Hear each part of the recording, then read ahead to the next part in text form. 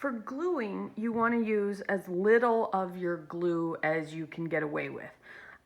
The thicker the glue is, the more you're likely to have it kind of wrinkle the paper and be sticky and spread out through the sides and stuff. So what I like to do for this is I've got a piece of scrap paper. This is literally whatever paper, just stuff you're going to throw away because you don't really want to use it multiple times after this. I've got my glue. Mine's not quite the same as yours, but it's similar. I've got a lid, or this could be a scrap piece of paper. I like lids because I can peel the glue. I'm just using this as a place to put the glue. So a little lid or a little scrap of paper, a little piece of cardboard, whatever, that you can squirt it onto and then either throw away, or with the plastic, I can peel it off later once it dries and reuse the plastic. Your brush, mine's not quite the same as yours, but you have a little flat-headed brush, or a larger one. And then, of course, where you're going to glue it onto and your paper that you're going to glue. I'm going to squirt a little of this glue into here. Don't need much. I like to put it here rather than dipping into the jar because that allows me to use not very much. And then what I'm going to do is I'm just going to get a little bit on my brush. In fact, I'd like to dab it on there. And then I'm going to take whatever I'm gluing. You can work in a different space. I'm just doing it where the camera can see. And then I'm going to brush this over the paper that I'm going to glue down and onto the scrap paper. All right, move the scrap. You'll not have to move the scrap paper, but obviously I do for the picture. And then hopefully these things all stay oriented correctly. And then I'm going to glue this guy down. Now, because I used so little glue, it's not squishing out the sides, right? And it's going to allow me to stick it down on there a little bit more easily. When you go to do the next part, make sure that I have a sticky spot there, so make sure you move to a new spot before you add the glue. You want to get that glue all the way to those edges, and you want to make sure that you aren't sticking that piece into another spot of glue.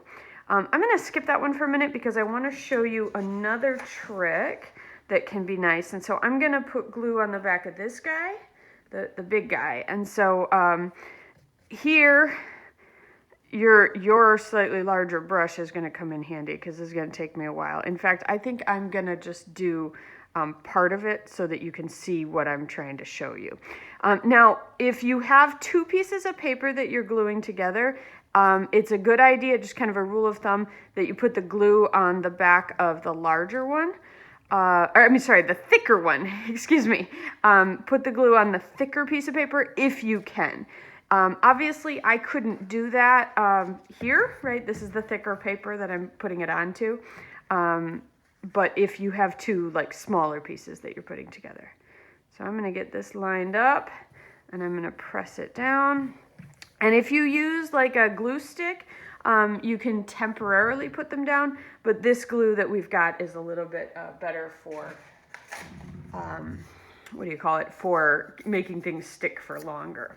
So I'm going to take a little piece of my scrap paper. So this I just ripped off my other paper. It's nothing fancy. And I'm going to see how I didn't get all the way to the edge of this part. I mean, I didn't get to a bunch of this because I was doing a demo. But what I'm going to do is I'm going to, can you see that? I'm going to put a little bit of glue on the top of this.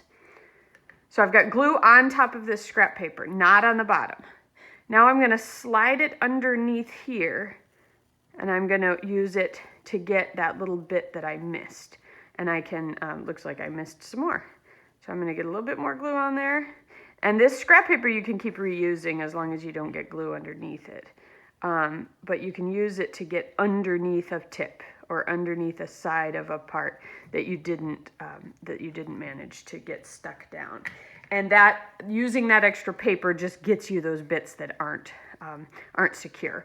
Mine is not secure because I didn't put the glue everywhere, but you can see in this area that I was focused on, it's glued down all the way to those edges. Your glue can, if you get it on top, just a warning for you, it is a transparent glue.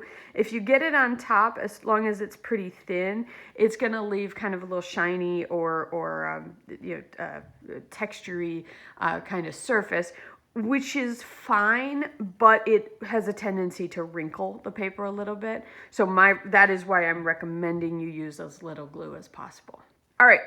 I now have glue on my brush. My recommendation is you wash that brush as quick as you can. If you're using a lid, you can let this glue dry, and once it's totally dry, you can just peel it off and throw it away. Or if it's a scrap thing, you can just throw it away. Wash your brush right away.